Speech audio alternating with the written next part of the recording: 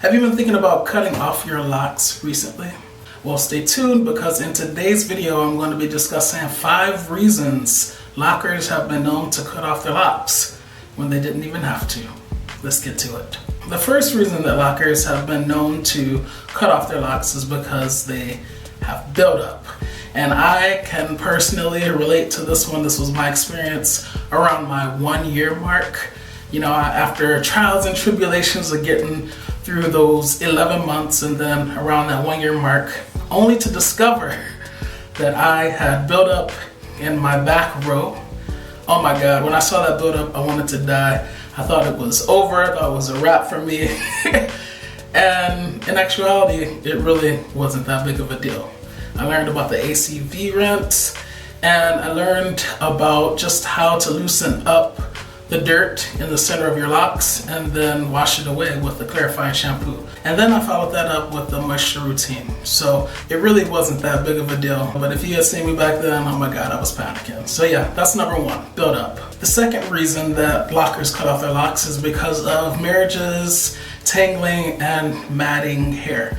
Now you might be thinking, well, your locks are supposed to do that, they're locks, right? But what I mean is tangling, matting hair between locks, marriages that occur between locks. I actually knew this woman who had sister locks, and I don't know if she couldn't afford to keep up on the maintenance, but basically she went a long time without getting her hair, I don't know what the proper term is for it, retightened? I don't know. She had gone a long time before getting maintenance, and she ended up deciding to cut off her sister locks because it was like this huge fro, and the fro was like maybe this long. So this is a scalp.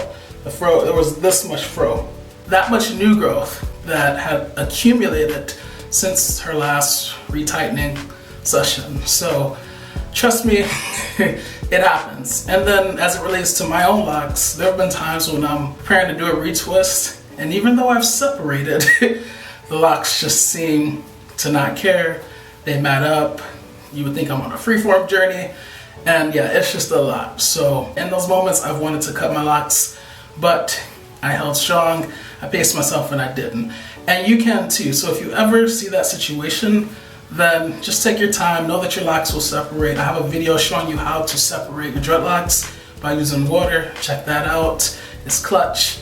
It's not the end of the world. It's not a reason to end your lock journey. All right, so that's number 2. The third reason that lockers have been known to cut off their locks is because of mold and mildew.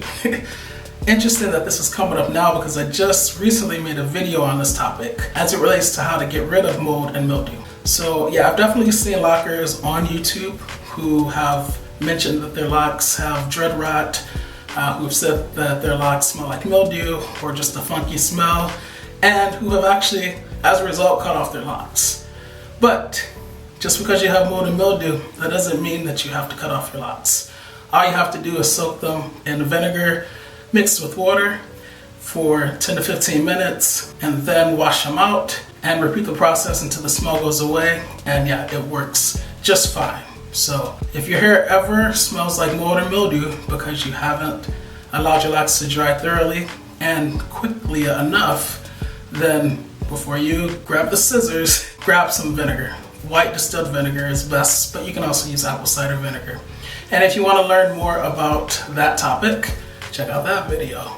The fourth reason that lockers have been known to cut off their locks is because of thinning. Now, there are 2 types of thinning, in my opinion. There's the thinning of the lock itself, and it can be a result from your hair growing away, which is the type of hair that I have. So in actuality, while your lock appears to be thinning, all the hair is still there. It's at your scalp. So the solution is to just reincorporate that hair back into the lock. My favorite way to do that is by using the braid technique. You can check out that video to learn how to do that if you have not heard of this technique before. And then the second type of thinning is where, yes, the lock is thinning, but it's thinning because the hair coming out of your scalp is thinning, meaning you have fewer hairs coming out of your scalp. In that case, before you decide to cut off your locks, before you grab those scissors, just stop retwisting, stop doing all maintenance, and just give your scalp a break and see if your hair will grow back.